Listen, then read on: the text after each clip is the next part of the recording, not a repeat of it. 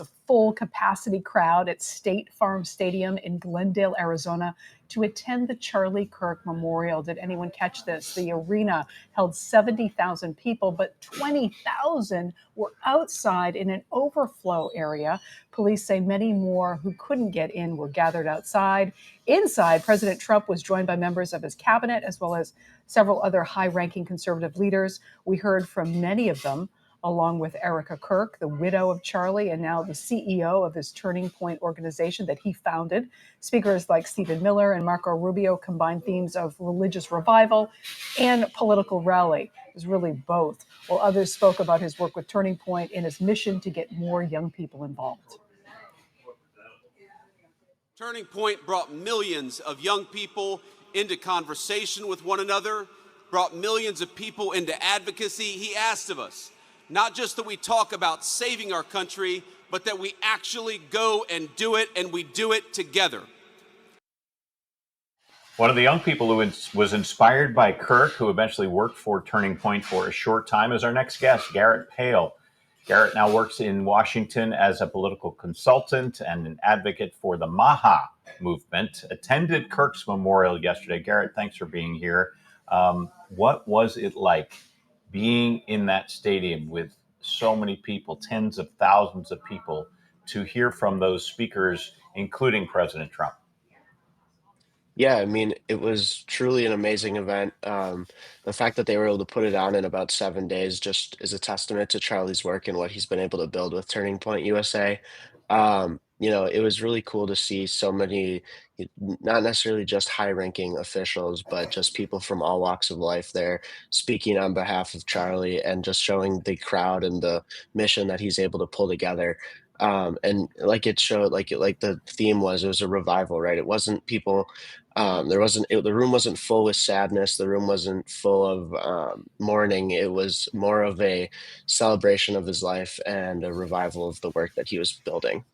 Garrett, can you tell us a little bit about how you personally knew Charlie Kirk and what were your impressions about him prior to his murder?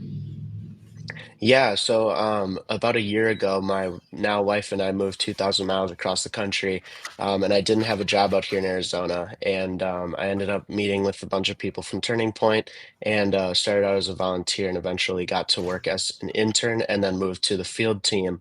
And Charlie was a very cool person, a very welcoming person, and he always made time for everyone. Everything would always start with a handshake and a how are things. And it was just a very cool situation because you're working with somebody that has so much, influence and following. But when you're around him, it did not feel that way. It felt like he was just, a common person just in the movement fighting to try to make America the best that we can. Garrett, what was it about his message that resonated with you, and do you think resonated among so many millions in this country? I think the resonation with myself, along with Generation Z, is just get back to simplicity and traditionalism.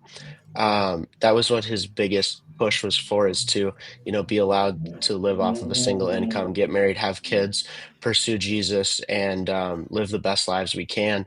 And I think his approach to supporting ways and leaders that also allow that, and taking government out of our lives and overreach from other bodies of our government, that was something that resonates heavily with everyone, because my generation lived through things like COVID, where we were just told constantly what to do, and Charlie's mission and vision gave us a way out of that.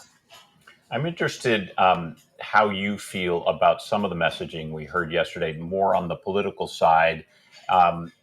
In terms of us versus them, J.D. Vance referenced they a lot and them as being responsible for what happened. How does that land with you? Or are you looking for more of a feeling of unity between people?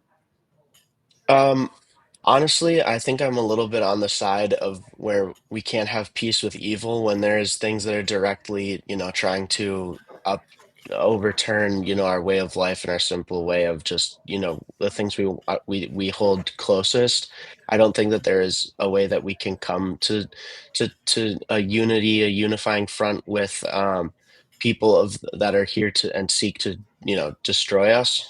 I think that it's a very harsh reality that we live in, where we have a group of people in this country that no longer support the Constitution, our traditional ways, and what America was founded on, and they see that as a threat. And we saw this as clear as day with Charlie's assassination, that we have a group of people that are willing to kill over words, and I don't know how we can come to a unifying front with a group of people like that.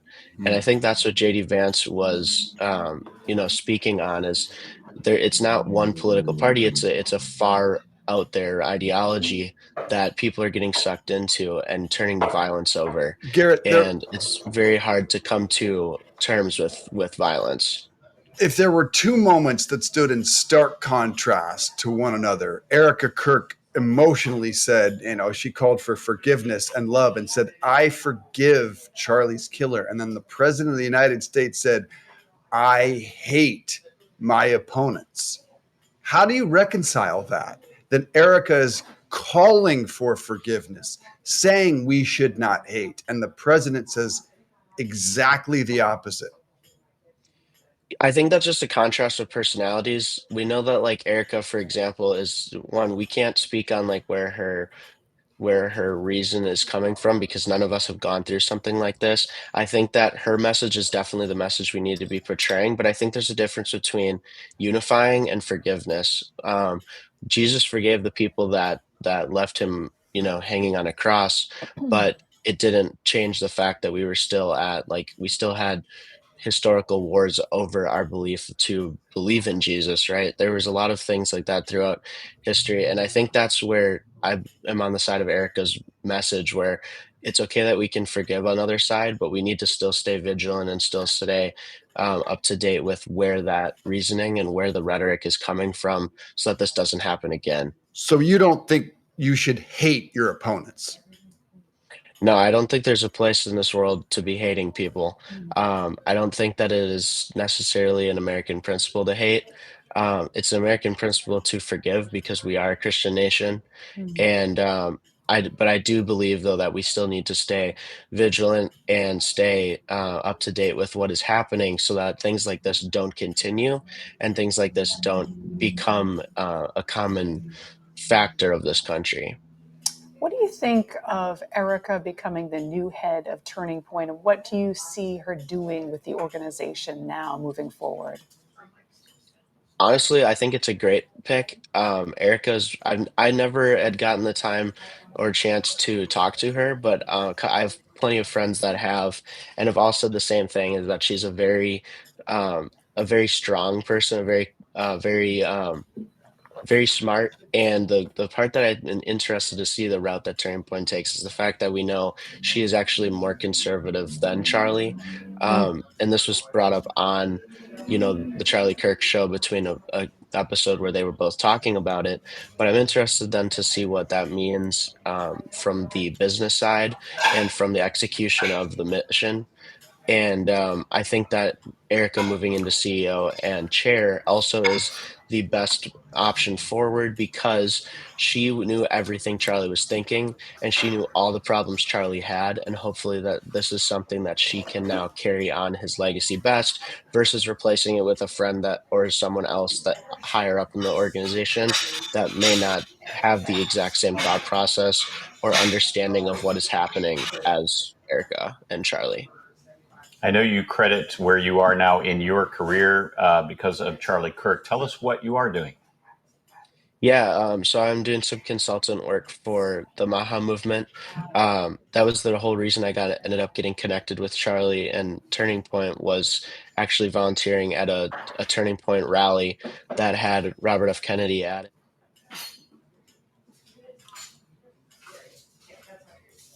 Well, we I think we unfortunately lost lost Garrett, but really nice to have his perspective on the Yeah. program this morning. It was particularly for me nice to hear him say we don't want a message of hate.